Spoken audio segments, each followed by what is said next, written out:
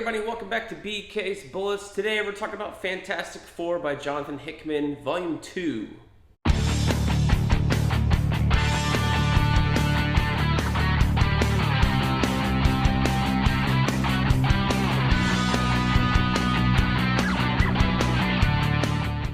Hey everybody, welcome back to BK's Bullets. As always, I'm your host, Brent, and today we're going back to the Fantastic Four by Jonathan Hickman, the complete collection. This is Volume 2.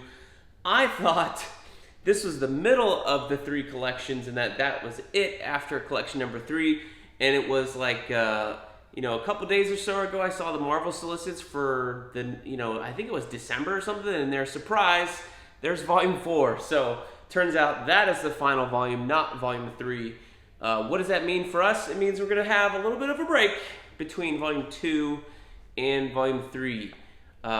So that maybe 3 and 4 are closer together. When 4 comes out, I'll get it, read it, post a review, do an overview, all that good stuff later in I think it's December, something like that. August, November, September, whatever. Anyway, I'm so middle of the road on this series.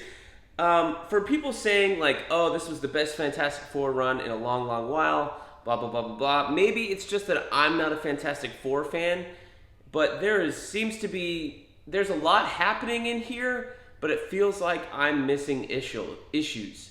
I'm missing information, or I'm missing key scenes or backstory, and it feels like to really understand this run, you had to have read a bunch of stuff before this, which is kind of unusual for Hickman. I mean, his Avengers stuff starts off with a clean slate. You don't have to really know a whole bunch of stuff before. Secret Warriors was like, brand new stuff. This really is treading on a lot of the stuff from New World, which was the Mark Millar and Mark Millar and Brian Hitch's run. And I'm just kind of like, man, that one run wasn't so good, so why are we treading so much on it with this New World crap? At the same time, the most interesting thing about this is the introduction of the Council of Reeds, which we had in Volume 1. That's followed up on a bit here in Volume 2. You have Valeria opening the gate, going in to save those, finds those guys and brings them to our Earth and just causes more problems, as opposed to shutting off the gate or whatever. And that leads into the final confrontation climax at the end of this volume when it transitions to FF rather than the Fantastic Four book. So in the middle of this story is also you have the death of Johnny Storm, so to speak, which felt anticlimactic. I know maybe it was because I know he's back now, and I know he comes back on also later in the run. But at the time, because it happened in the midst of 4 different storylines in one issue, it felt like kind of an afterthought. They hadn't been building to it because Johnny wasn't really the main character in the first volume. He's one of the side characters. It's really about Reed and Sue and maybe the kids and stuff. And you had little interjections of Johnny being funny or being an asshole, that kind of thing. There's a good issue in here. I believe it's this one. Uncles, where he takes... not Ben. Gosh, what's his kid's name? Mr. Little Richards. Franklin Richards on this trip and stuff like that. Or no, that was in the first volume. That was fun. But he's just not a main character. So for him to get killed in the middle of the book, and for it's supposed to have this magic resonance or whatever, just in the middle of this run doesn't feel, there's no weight to it. There's very little gravitas. And maybe that's because I'm not a huge Fantastic Four fan. Don't shoot me. But that's just how I feel when I'm reading this book. The best issue in this book was the issue where the kids of the Future Foundation give Ben this miracle cure and say, hey, we didn't reverse you totally, but we did give you the ability to be human for a week. And that happens in the middle of this run. It kind of sets off why Johnny dies versus Ben Grimm. But that one issue of Ben going throughout his day, his first night of being human in, a long, long while, was a fantastic issue.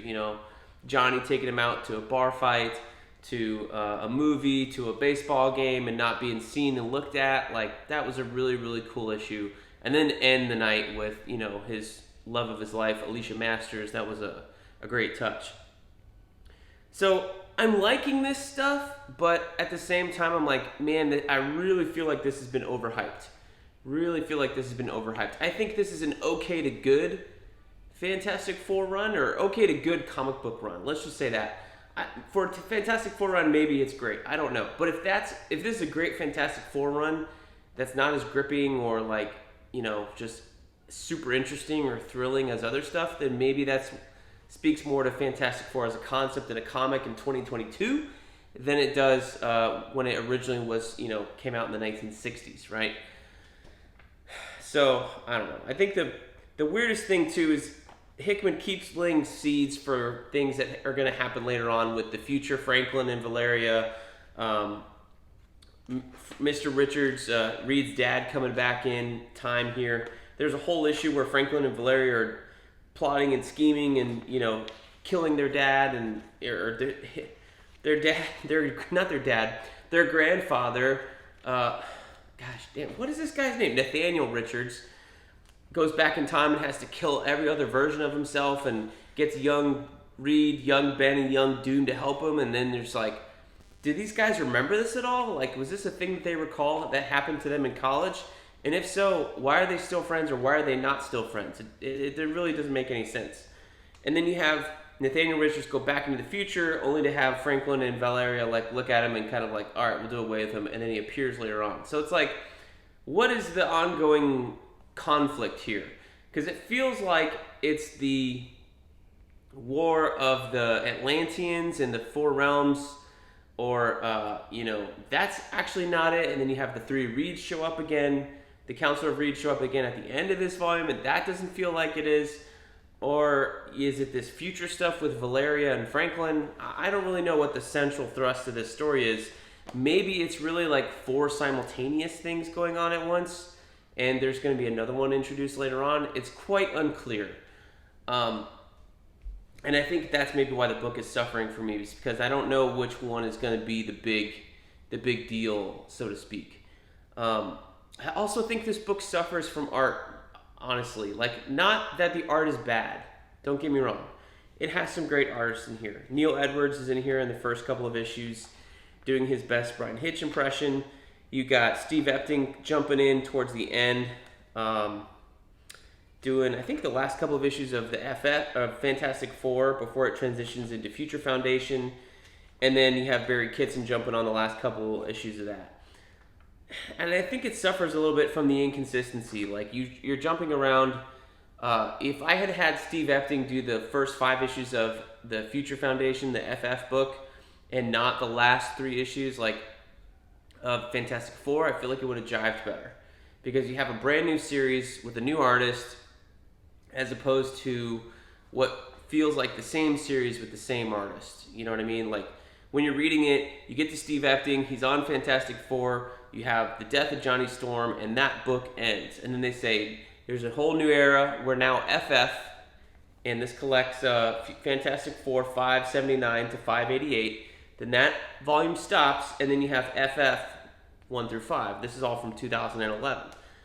But because Epting bridges the end of the Fantastic Four book and the first 3 issues of FF, it doesn't feel like a new book. It doesn't feel like a new concept, even though their costumes have changed. And I think that threw me off a little bit. Like, why wouldn't you do, if you're doing 6 months or something like that, maybe that's what you signed up for. Like, I can do a 6-month stretch, right? Why wouldn't you go, all right, well, we're going to start you with the FF book, and we'll find someone else to do this climactic battle, instead of like, you know what, do the last 3 and the first 3 over here. It just feels like it's not, it feels like it's the same book. It's the same writer, the same artist. It's just different costumes, and the same storytelling thing where you feel like you're missing things. So I don't know. I don't know about this Fantastic Four run. I like Hickman a lot sometimes, and sometimes I don't. And this might be one of those times that I don't. It's very interesting to feel this way. Because I love his Avengers stuff. I love what he did with the X-Men recently. Secret Warriors I liked. I don't know. Maybe I'm just not a Fantastic Four fan, and that's why it's not clicking for me. So there you have it. That's my thoughts on Fantastic Four, the Complete Collection, Volume 2. Let me know down below why I'm wrong, and let me know why this run is so great. What am I missing here? Because it feels like I'm missing something. Let me know down in the comments, and I'll see you guys next time in the Funny Pages.